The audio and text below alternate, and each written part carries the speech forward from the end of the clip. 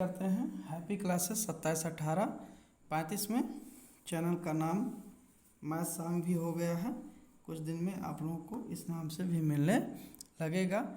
इसके पहले हम आपको 3 लेक्चर बता चुके हैं दो चरों वाले रैखिक समीकरण के विषय में। मतलब ये है कि जितने भी सैद्धांतिक टॉपिक थे, जो भी सैद्धांतिक बातें थी, वो मैंने पहले लेक्चर, दूसरे लेक्चर और तीसरे लेक्चर में बहुत विस्तार से आपको समझाया है। और बहुत छोटे छोटे वीडियो हैं, एक 16 मिनट की है, एक 10 मिनट की है, दूसरी भी 9-10, तीसरी भी 9-10 मिनट की पड़ रही है। इसे आप देखिएगा। और अगर आप बिल्कुल नए हो तो उन तीनों वीडियोज को देखने के बाद अगर आप ये एक्सरसाइज पढ़ते हैं तो आपको ये चैप्टर बेटर में समझ में आएगा। आइए देखते हैं प्रश्नावली 4.1 मेरी क्या कहती है। ये आपका इसी चैप्टर नंबर 4 से है, दो चरों वाले रैखिक समीकरण से ही ये टॉपिक है। बुक मेरी यही है, इसलिए मैंने प्रश्न को नहीं लिखा है। आपके सामने हम बुक रखते हैं, इसी बुक से। अब आइए हम सीधे से क्वेश्चन की तरफ चलते हैं। ये देखिए मेरा पहला प्रश्न क्या है, ये आपके सामने मैं रख देता हूँ। लिखता है, एक नोटबुक की कीमत एक कलम की कीमत से 2 गुनी है। इस कथन को निरूपित करने के लिए दो चरों वाला एक रैखिक समीकरण बनाइए।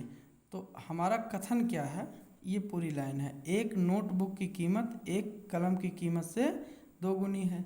कहने का मतलब है कि अगर कलम की कीमत 2 रुपये है तो नोटबुक की कीमत 2 का दूना 4। अगर कलम की कीमत 3 रुपये है तो नोटबुक की कीमत 3 का दूना, 3 दूनी 6। अगर कलम की कीमत 8 रुपये है तो नोटबुक की कीमत 8 दूनी 16 हो जाएगा। इसी बात को हमें मैथमेटिकली व्यक्त कर देना है। तो चलिए देखते हैं कैसे व्यक्त करते हैं दो चरों वाले समीकरण के रूप में। तो हम मान लेते हैं कि माना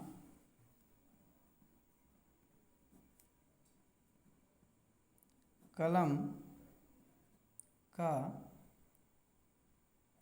मूल्य बराबर x रुपया, नोटबुक का मूल्य बराबर y रुपया। मैंने मान लिया। प्रश्नानुसार हमें क्या मिला, जो कथन है कि नोटबुक की कीमत कलम की कीमत की कितनी है, 2 गुनी है। तो नोटबुक की कीमत अगर y रुपया है तो ये किसका होगा, कलम की कीमत का 2 गुना होगा, तो हो गया 2x। तो फिर पढ़ देते हैं, यहाँ x क्या है, कलम का मूल्य है, y क्या है, नोटबुक का मूल्य है। अब शर्त दी गई है कि नोटबुक का मूल्य कलम के मूल्य का दूना है। तो कलम के दूना का मतलब 2 गुना, तो कलम के मूल्य में मैंने 2 से गुणा कर दिया और हमें ये स्टेटमेंट प्राप्त हो गया। यही इसका आंसर बन जाता है। अब क्वेश्चन नंबर 2 पे हम चलते हैं। क्वेश्चन नंबर 2, इसमें हमें उतारना पड़ेगा, लेकिन पहले हम प्रश्न आपको पढ़ के बता देते हैं। क्या लिखा है कि निम्नलिखित रैखिक समीकरणों को ax + by + c = 0 के रूप में व्यक्त कीजिए। और इस बात को हम पहले भी पढ़ा चुके हैं, लेकिन एक्सरसाइज में आ गए तो एक बार फिर पढ़िए। और प्रत्येक स्थिति में a, b और c के मान बताइए। तो भैया सवाल आपका फर्स्ट है 2x + 3y = 9.35 बार लिखा है। तो इसे हम नोट कर लेते हैं। सबसे पहले फर्स्ट का 2x + 3y बराबर हो गया 9.35 बार। अब इसे हमें मानक रूप में लिखना है, तो हम मानक रूप यहाँ लिख देते हैं आपके हेल्प के लिए कि इसका होता है ax + by + c = जीरो होता है, मतलब दाहिने हाथ पे जीरो आ जाए, संख्या ना रहे, तो इसे मानक रूप में लिखिए दो एक्स प्लस 3y। और ये जो आपका अचर पद है जो दाहिने हाथ पे पड़ा उसे बाएं हाथ में ले आइए, तो यहाँ इसके सामने प्लस का चिन्ह माना जाता है, इधर लाएंगे तो माइनस हो गया 3 5 बार और बराबर हो गया जीरो। अगर आप तुलना करते हैं तो क्या मिलेगा, a बराबर 2, b बराबर 3, c बराबर -9.35 बार। यही इस सवाल का हो गया आंसर। अब सवाल नंबर हम सेकंड टेक करते हैं। चलिए सेकंड देखते हैं। सेकंड नंबर क्वेश्चन इसी का सेकंड नंबर क्या लिखा है, x माइनस वाई बटा 5 माइनस 10 बराबर जीरो। अब इसे हमें मानक रूप में लिखना है, तो हम देख लें क्या x y और अचर पद बाएं हाथ पे हैं, तो x वाला पद y वाला पद और अचर पद बाएं हाथ पे है, इसलिए ऑलरेडी ये मानक रूप में लिखा हुआ है। अब हमें a b c को सर्च करना है, तो a का मतलब होता है x का गुणांक, तो यहाँ 1 है। b का मतलब होता है y का गुणांक। ये थोड़ा सा टेक्निकल इशू है लिखावट का, हम इधर एक्सप्लेन कर लेते हैं। देखिए जो आपका दूसरा पद है वो लिखा है -y/5, तो इसे हम समझेंगे कि ये लिखा है आपका, यहाँ पे ये आपके लिए विजुअल कर लें थोड़ा सा। यहाँ पर हम देखेंगे कि ये लिखा है -1/5 इंटू y, तो ये फाइनली b बराबर हो गया -1/5, क्योंकि -y/5 का मतलब होता है -1/5 इंटू y, मतलब y में किससे गुणा है, -1/5 से। और आगे देखते हैं c बराबर कितना मिलेगा हमें, तो c बराबर मिल गया -10। तो ये रहा आपका सेकंड पार्ट। अब हम इसके थर्ड पार्ट पे चलते हैं। थर्ड पार्ट देखते हैं क्या है।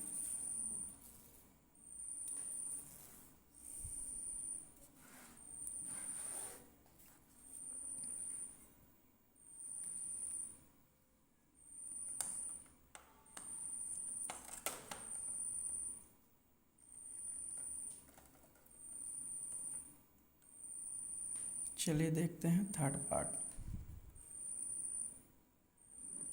थर्ड पार्ट लिखा है -2x प्लस 3y बराबर 6। इसकी अब तुलना कर लीजिए x plus by plus c से। तो अभी c तो कहाँ है, दाहिने हाथ पे, तो इसे हम तुलना करने के लिए क्या करेंगे, अचर पद को लाएंगे दाहिने से बाएं हाथ पर, ये हो गया। तो यहाँ a बराबर b बराबर c बराबर ऐसे लिखेंगे। पढ़ना बचाओ, इसकी मत चलाना, गणित की यही भाषा है कि आप हॉरिजॉन्टल ऊपर से नीचे की ओर उतरा करो। तो a की वैल्यू कितनी हो गई, -2, b मतलब y का गुणांक तो हो गया 3, और c मतलब अचर पद तो हो गया -6। तो आपका ये पार्ट भी लग गया। अब हम बात कर लेते हैं चौथे नंबर पे। जो आपका चौथा नंबर सवाल है वो लिखा है x बराबर 3y। तो मानक रूप में x वाले पद y वाले पद ये सब कहाँ हैं, लेफ्ट साइड में है, तो हम इसको लेफ्ट साइड में लिख लेते हैं। तो हो गया x माइनस 3y बराबर 0, या ऐसे लिख लीजिए x माइनस 3y प्लस 0 बराबर 0। अब तुलना करिए आप मानक रूप से, तो आपको क्या मिलेगा, आपको मिल जाएगा a बराबर 1, b बराबर -3 और c बराबर 0। अच्छा एक सवाल और देख लेते हैं। यहाँ पे चौथे के बाद पाँचवा नंबर क्या लिखा है, 2x बराबर -5y। इसे मानक रूप में लिखिए तो 2x + 5y बराबर 0। आगे चल के इसे लिखिए 2x + 5y + 0 बराबर 0। तुलना कीजिए तो a बराबर 2, b बराबर 5 और c बराबर 0। तो ये आपका हो गया। पांचवा के बाद में हम इसका छठा नंबर सवाल उठाते हैं, वो देख लेते हैं कि 6 नंबर क्या कहता है। यहाँ 6 नंबर पे आते हैं और देखिए 6 क्या लिखा है, 3x + 2 बराबर 0। वैसे अभी इसके पहले वाले लेक्चर में हमने इस पर चर्चा किया था कि अगर कोई समीकरण एक वेरिएबल में हो तो उसे 2 वेरिएबल वाले समीकरणों में बदल सकते हैं। तो 3x + 0 × y + 2 बराबर 0। तो a बराबर मिल गया 3, b बराबर मिल गया 0 और c बराबर मिल गया आपका 2। तो ये सारी 6 नहीं बल्कि इसका 6 पार्ट है। और 7 नंबर क्वेश्चन हम देख लेते हैं, y - 2 बराबर 0। इस पर भी इसके पहले वाले लेक्चर में हमने डिटेल में बताया, बहुत आसान। 0 × x कर दो इंटू y + y - 2 बराबर 0। तुलना करो तो a बराबर 0, b बराबर 1, c बराबर -2 मिल गया। और इसी एक्सरसाइज का 8वां सवाल आपको मिलता है 5 बराबर 2x। तो यहाँ पर आप मानक रूप में लिखने जा रहे हैं। तो सबसे पहले एक काम करिए, पूरे पक्ष बदल लीजिए। दाहिने हाथ पे 2x लिखा है, इसे बाएं पर कर लीजिए और जो बाएं हाथ पे लिखा उसको दाएं हाथ पे, इसमें चिन्ह चेंज नहीं होगा क्योंकि फिर माइनस माइनस प्लस हो जाएंगे। मानक रूप में लिख लीजिए 2x + 0 × y और इस 5 को हम दाहिने हाथ से बाएं -5 बराबर 0। तो हमें मिला क्या, हमें मिल गया ये ax + by + c बराबर 0 से तुलना करने पर हमें फाइंड हुआ a बराबर 2, b बराबर 0 और c बराबर -5। तो उम्मीद करते हैं आप लोगों को समझ में आया होगा। अगले लेक्चर में हम आपको बताएंगे एक्सरसाइज 4.2 के क्वेश्चंस। लेकिन हाँ, हो सकता है इसके हम आपको कुछ थ्योरी बताने के बाद ही एक्सरसाइज शुरू करें। तो तब तक 4.1 पढ़िए, समझिए और एक्सरसाइज 4.2 के लिए इंतज़ार कीजिए। और एक लाइक की उम्मीद करते हैं आपसे और सब्सक्राइब की उम्मीद भी करेंगे। Thank you.